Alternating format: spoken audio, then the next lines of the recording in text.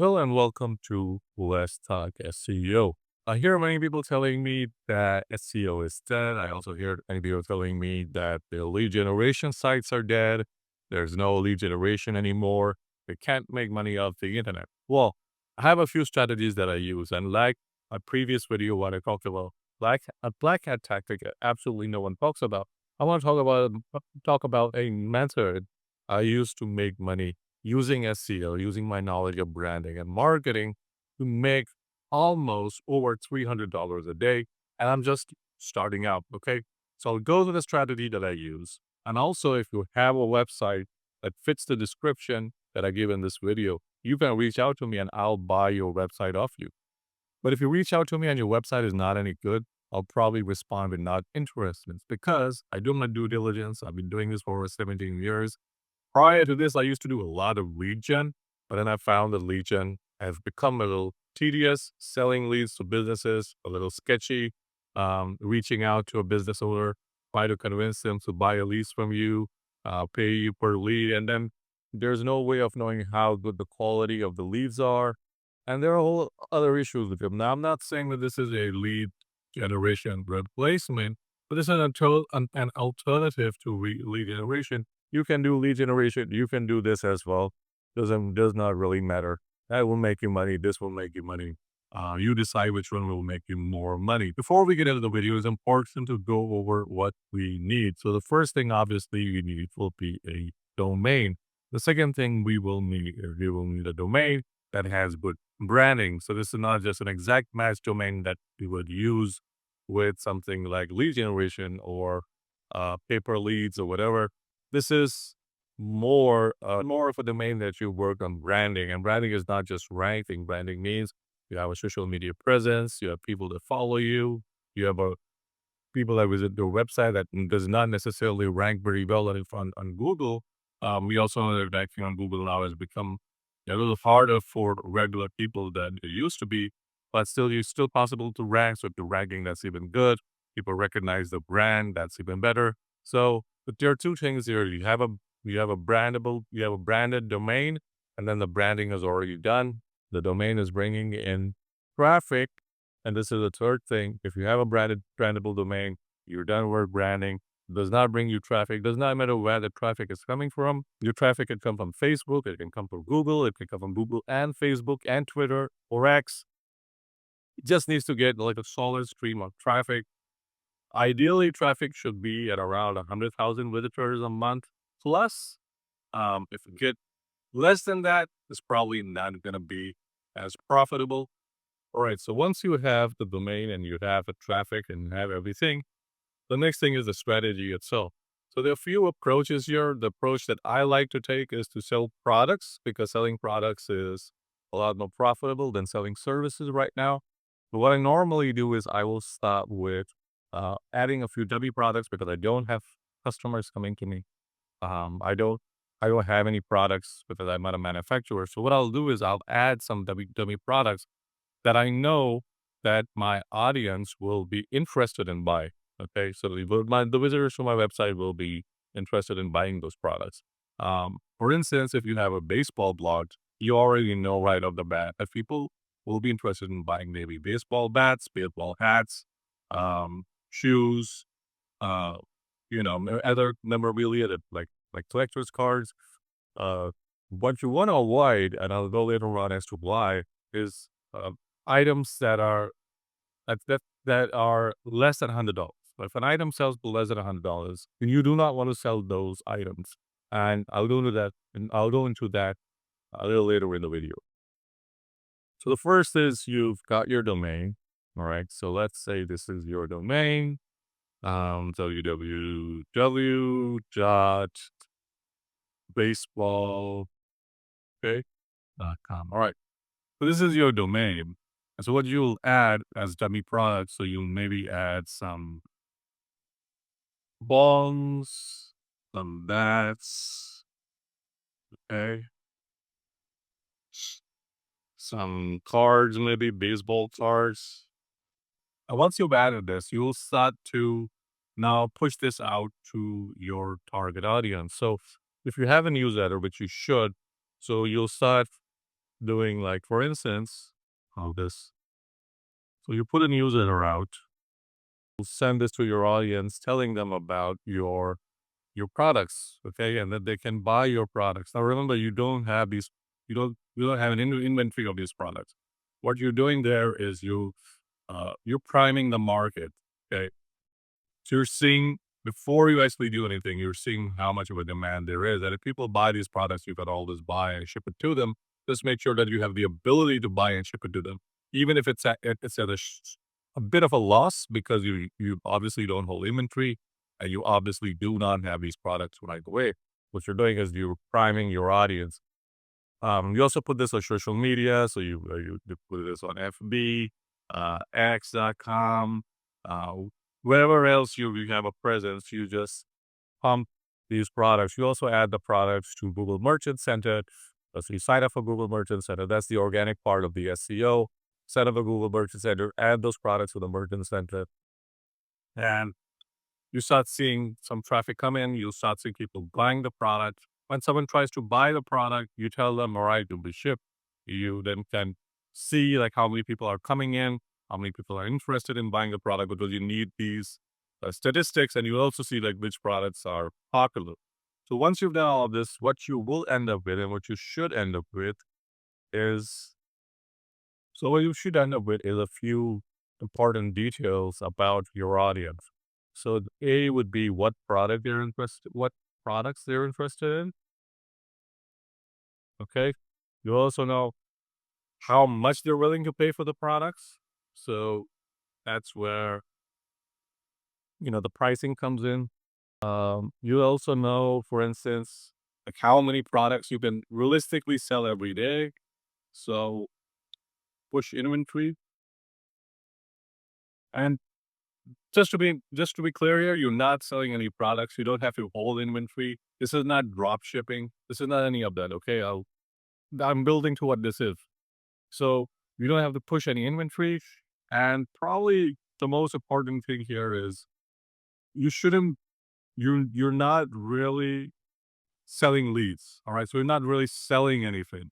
So you're not really selling anything, but you want to know like who your audience is. So you will know like their age groups. So age, gender, and income. Okay. These are important things. If you have high income, age between 30 and 50, and mostly like females, and that's probably your best audience because those people have money, they're willing to spend, and they will buy the products that you're about to sell. So once you have this data, you put this into figures. So you'll have exact numbers for a week, which you can then extrapolate for over a month.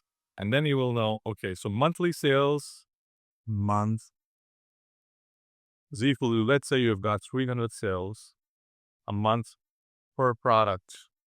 Okay. Now you can see, so let's say you make $5 of a sale of a product is equal multiply like 300, that's around 1,500. So you're making $1,500 per product. Okay, these are your stats. So now you know the feasibility of your site. Now you can go ahead and start pitching these products. So the problem many sellers face is that they're manufacturers, but they're not sellers. Okay. So either have to deal with a distributor, they have to deal with someone, who is not a manufacturer. And so something that costs like $10 will end up costing $80 because it goes through these channels. And so even a distributor, for instance, or a retailer, for instance, has built that brand value over the years before they're able to push that inventory. So what you're essentially doing is you're going to reach out to a manufacturer of the products that you have primed, and we're going to tell them, you know what, I have this product on my website. It does very well. Here are the monthly sales. Okay. What I want you to do is to put your product on my website. My website will sell your product. And for every sale, you'll give me $5. And here's a few advantages for a seller. The first advantage for that manufacturer or that seller that you reach out to is that there's no marketing cost. Okay. There's no advertising cost. There is no need for them to have the expertise. There's no need for them to have the expertise to sell these products. All they need to do is to sell your product. The other advantages compared to Amazon, compared to eBay and all of this stuff is that they will sell, you will sell their product exclusively. For instance, if it's baseball bats, you only sell their baseball bat, right? You only sell their baseball bat, and there'll only be one type of baseball bat. So they're not going to be, unlike Amazon, they're not going to be 100 different types of baseball bats because this is a branded product. So this is going to be associated with your brand. You do not want to have 10, 20, 100 because that is where the exclusivity comes in. That is what you're charging for. And the $5 that I put there, it's literally nothing. You can charge, like one of my websites that makes around $300 to $500 a day. I charge $20 a sale. I said, okay. So by charging $20 a sale for a product, I'm essentially doing is I'm not having that product compete against loads of other similar products. The other thing is I show the manufacturer, this is how much you can save in terms of marketing, in terms of inventory, transportation, in terms of your advertising costs, in terms of having to deal with low margins, because they can sell it for literally $50 less than if they went through the distributor and then the retailer and, just went through the whole cycle. They can just sell your products directly on your site. And the interesting thing is the day they decide to close up, because the latest tariffs by the US, many of these businesses decided to close down. But when they decide to close down, it's not really a problem for you because your contract ends. So you go to the next person. You go to the next manufacturer and say, okay, these are the products that we're selling. These are the stats. You want to put your product on my site? I charge $20, $15, $10 a sale. They have absolutely nothing to lose. You charge them per sale and you make money. So Rent a Brand is something I've been working on for over 2 years now. And it's worked very well for me. I make pretty penny of Rent a Brand. It's not as simple as this looks. It's a little complex because you're reaching out to manufacturers. Most times those manufacturers are in China. They don't speak good English. You have to convince them this is not a scam because no one else is doing this. So take some back and forth. And then you actually get to the person that's going to make the decision, put their products on your website. You really want to avoid is cheap products. Never want to sell cheap products because it will just tarnish your brand. The mistake I see people make is they go to the manufacturer, they say, we want the cheapest products. Not the right approach for you, because you're going to sell this at a premium on your website and you do not want to sell cheap products. Right. You also want to avoid products that are less than $100. So $100, anything less than that? No. The reason for that is that their margin are low. Okay. In my experience, when these products are cheap, the manufacturer is cutting corners. And so generally speaking, you're going to end up with people reaching out to you, telling you the products are not good. You're going to have them telling you, the quality is not great. They're having issues, and that will just tarnish your brand. So if you're going to reach out to a manufacturer, you tell them that you want highest quality products. You also want to make sure that your products are over $100 because that is where the profit is. Even if the manufacturer, their cost for the product with shipping and everything is like $50, you still want to sell it for at least a $20 margin for yourself. Okay. So for the manufacturer, that margin might be like $5, but for you, it should be $20 because you're going to be selling your brand. You're renting your brand, and branding is expensive. There are also ongoing branding processes that you'll need to go through to keep the traffic going, to keep to keep people coming in, to increase your traffic. That is not part of this video. I'm going to make another video about that. But generally speaking, the outreach and then finding high quality products is where the whole game is. Once you know who's coming to your website, what they're willing to spend, and how much you can push in terms of inventory up on your website. So, hope you guys like the video, like and subscribe as always. Leave a comment below, and happy ranking.